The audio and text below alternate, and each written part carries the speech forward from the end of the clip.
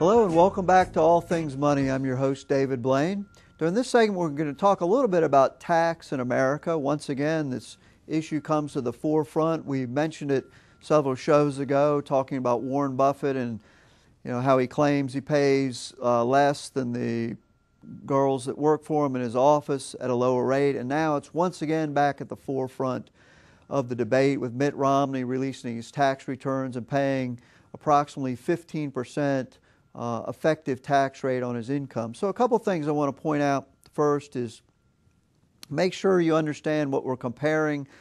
Warren Buffett, when he talks about his employees and their tax rate, he is counting in there the Social Security and Medicare. That's typically, I hate to put people in these neat little boxes, but typically when Democrats are talking about tax rates for the working class and things like that, they'll put Social Security and Medicare tax in there. They'll put those type of taxes in there.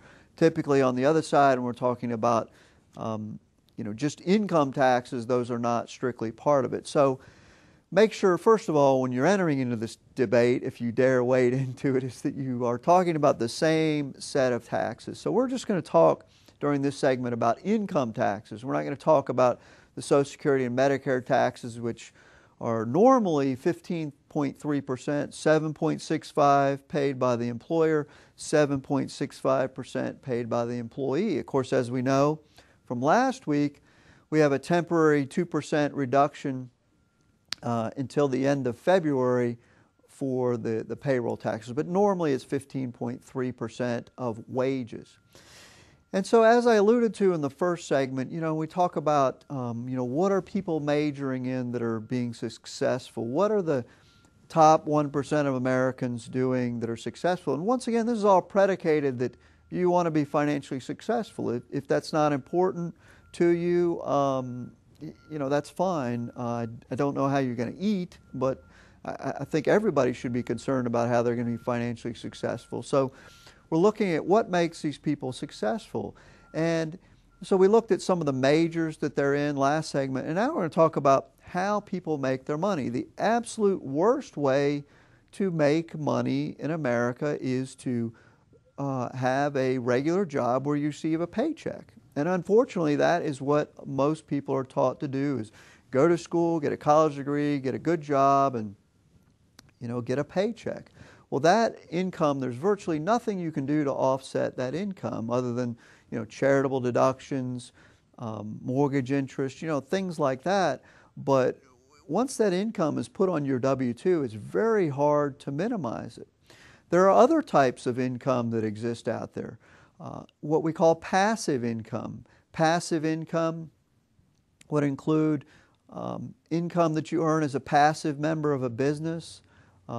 Certain types of real estate income are passive, and they are taxed at the same ordinary rate, but they escape the Social Security and Medicare tax. For example, if you own a rental property and you make $50,000 a year, you will keep more than someone who makes $50,000 a year going to a job, because there's no Social Security and Medicare tax on rental income. There's also no Social Security and Medicare tax on income that you make as a passive partner of a business. Let's say you're, some family member wants to start a business, and they say, if you invest, $100,000, I'll give you 50% of the company, and you really don't have anything to do with it. That income that flows through from that business to that owner is taxed as ordinary income, but once again, there's no Social Security and Medicare tax.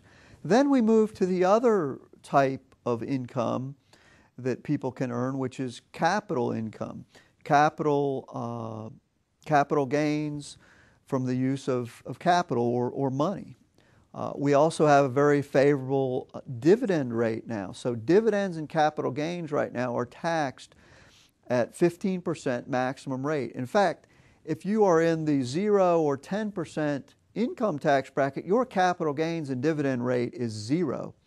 So we look at Mitt Romney, who made, I think it was $20-something million, and he paid an effective rate of 15% because most of his income comes from capital gains income.